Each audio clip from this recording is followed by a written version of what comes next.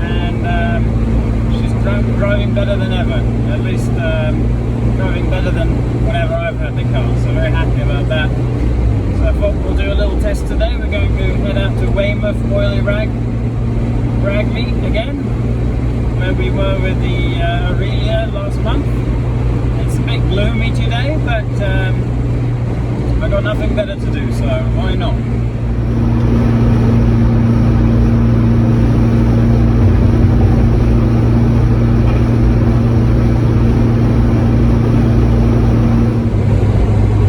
Alright, back on the highway now. Been driving for about 14 minutes. 19 miles until Weymouth. Gives me flashbacks to the summer, cruising down the Autobahn.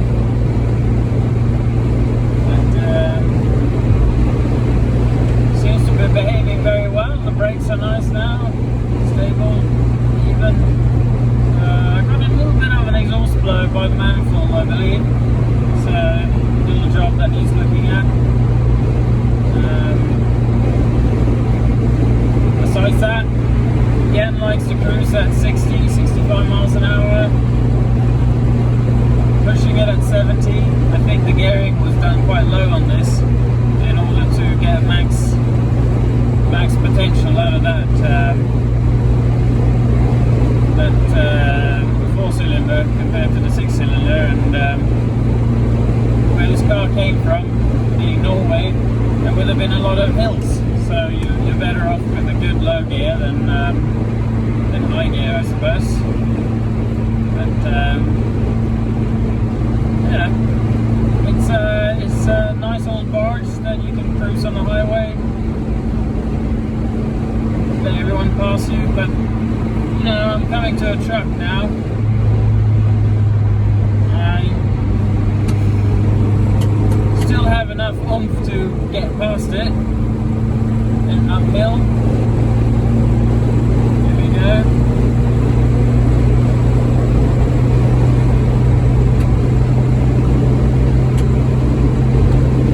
So you can get up to speed, but it does affect your fuel economy. Would have been nice with fifth gear, maybe an overdrive or something like that, but for country road driving, this is ideal. And you got all the space in the back. I'm very torn if I'm going to put this out on the market or not at the moment, because after I got that other Flaminia, I could do with a bit more funds to get started on that. And possibly the 2300. I've got to do a video on that as well. Also, I'm a little bit stuck for space because Nick, I got the four-door Flaminia at his, and I'd kind of like to get that home as well, but to get that home I'll need a proper space for it, so yeah, need to make a choice at some point, what to keep and what to let go. One car needs to go. I don't think it's going to be the V10, I didn't really enjoy driving that, but if somebody gave me a good offer I would consider it. The Flaminia Coupe is staying, I can't help with that, unless I get an amazing offer. But I have no intentions. I don't have no intentions of selling any cars, but I'm not going to be one of these people that's going to start storing them outside, because that would be the end of whatever you store outside. So, worst case scenario, I'll look into a Carcoon outdoor storage system, but preferably I'd like to prevent that. And secondly, I wouldn't really want to have too many cars neither, because I'd like to keep a smaller stock which I can afford to keep, and keep everything in as good as order as I can. It's difficult because I love that new Flaminia 4-door, but I also love this. This is so practical. I've lugged stuff around in it. When I moved house I had lots of furniture in the back. Now that it's all adjusted up, I've had to rebuild the carb, I had the valves adjusted, got new points in it. It starts up hot, cold, you name it. Heater works, brakes nicely, so it's just a really nice practical car. And there's a little bit of scruff around on the bodywork in terms of very solid underneath. There's no rust holes in the floor.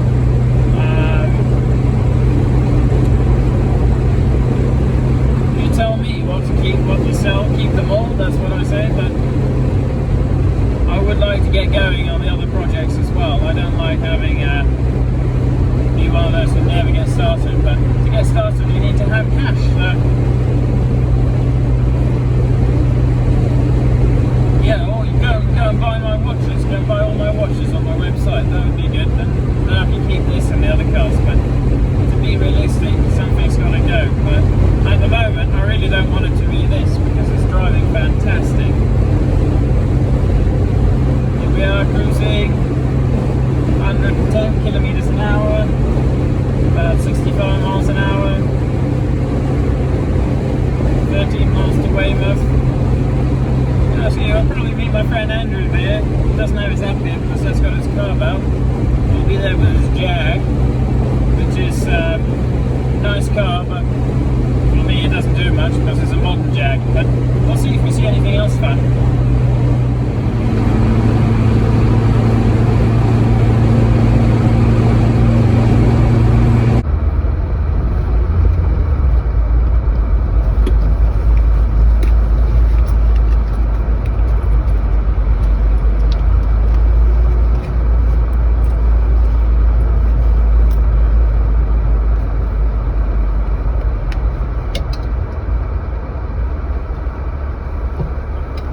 Cheers, buddy. Thank you very much for coming. And it's nice and slowly, straight on down through the car park. Yeah, good stuff. Alright, see ya. You can beat your horn if you want. Yeah, well, he's asleep, so.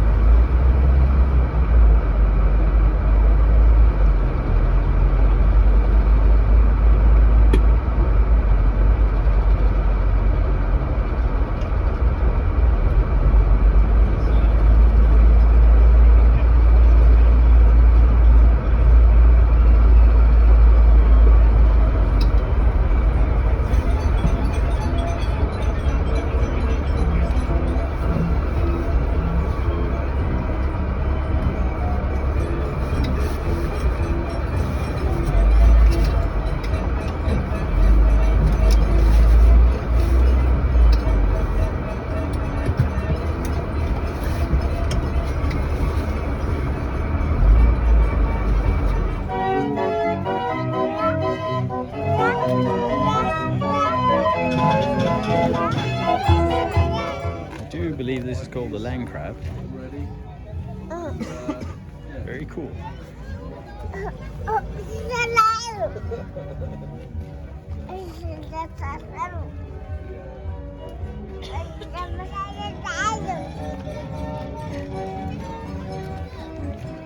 Not one but two Renaults today.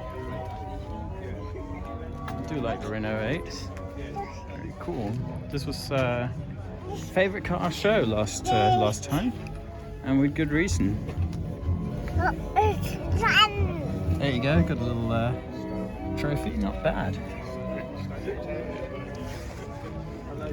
But I do think people appreciate Quirky more than other shows in this kind of environment, which is totally my thing. This is pretty awesome too. Yeah. That's cool. Yeah. So how long you've had this crown? October. Huh? October. So yeah. This is Tom, Hello. a fellow crown owner. He was automatically drawn to my crown. Your crown, yeah. For obvious reasons. This is cool.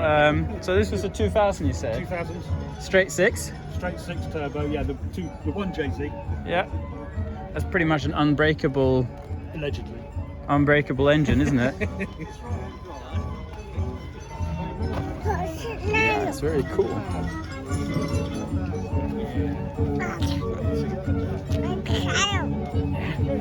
Do you use it kind of as a daily driver as well, or no, just for shows? It is a weekend car. Yeah. Yeah. I drive a van every day. Yeah. Oh, what a great weekend driver. Does the job. Mine is kind of my daily driver. Is it? Yeah. Wow. But it does stay indoors when I don't drive a lot, so because I work from home. Okay. So it makes my life much easier. My wife's got a daily, so we use that to the shop. So that's kind of my daily at the moment. We got a Volvo as well. So yeah.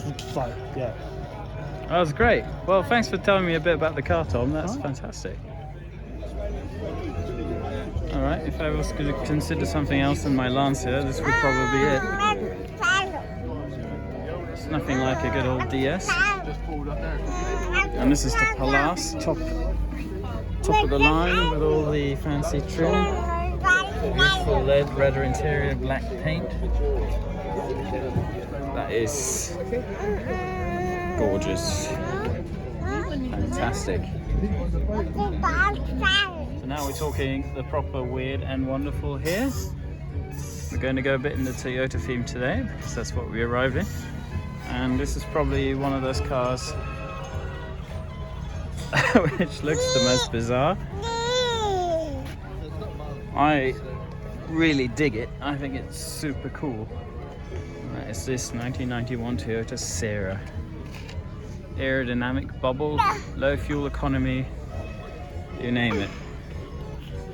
It's gotta love this sunroof, open bubble construction, tinted windows. I can't even see in it. Overall, just all that weird Toyota goodness from the 90s put into one. I would love to have one of these. Definitely.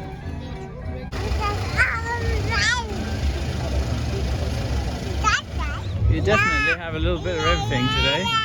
You've got a truck selection. It's a Kenworth, a Volvo, comma, pretty cool.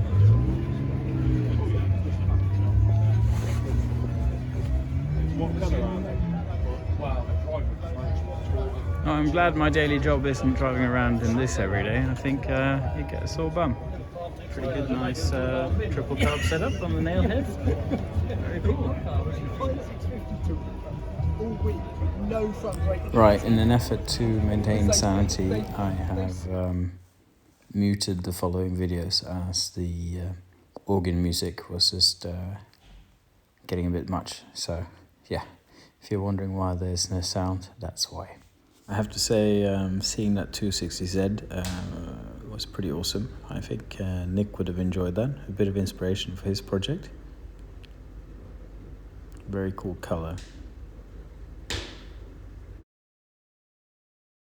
It's pretty cool to see a Peugeot 405 in the parking lot. I used to have one of these when I was studying in Denmark. Very fun and cool car.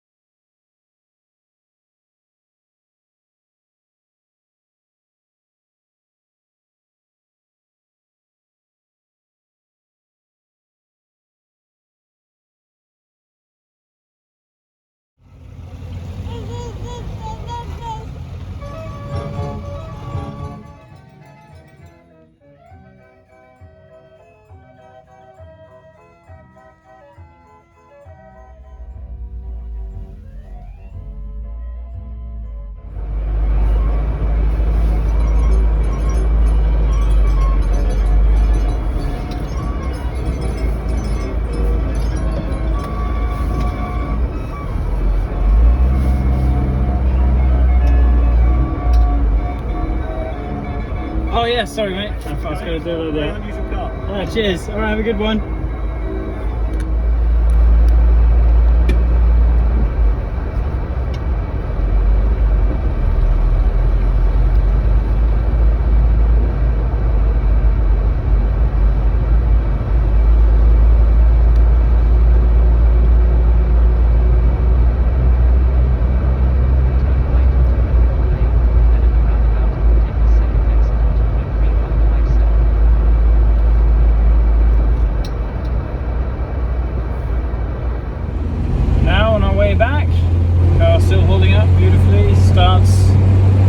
started on the button, no issues, sits well on the road. It's a little bit more floaty than the Aurelia, but very comfortable. You can easily drive several hundred kilometers a day in this thing, as I have tried. If you haven't seen the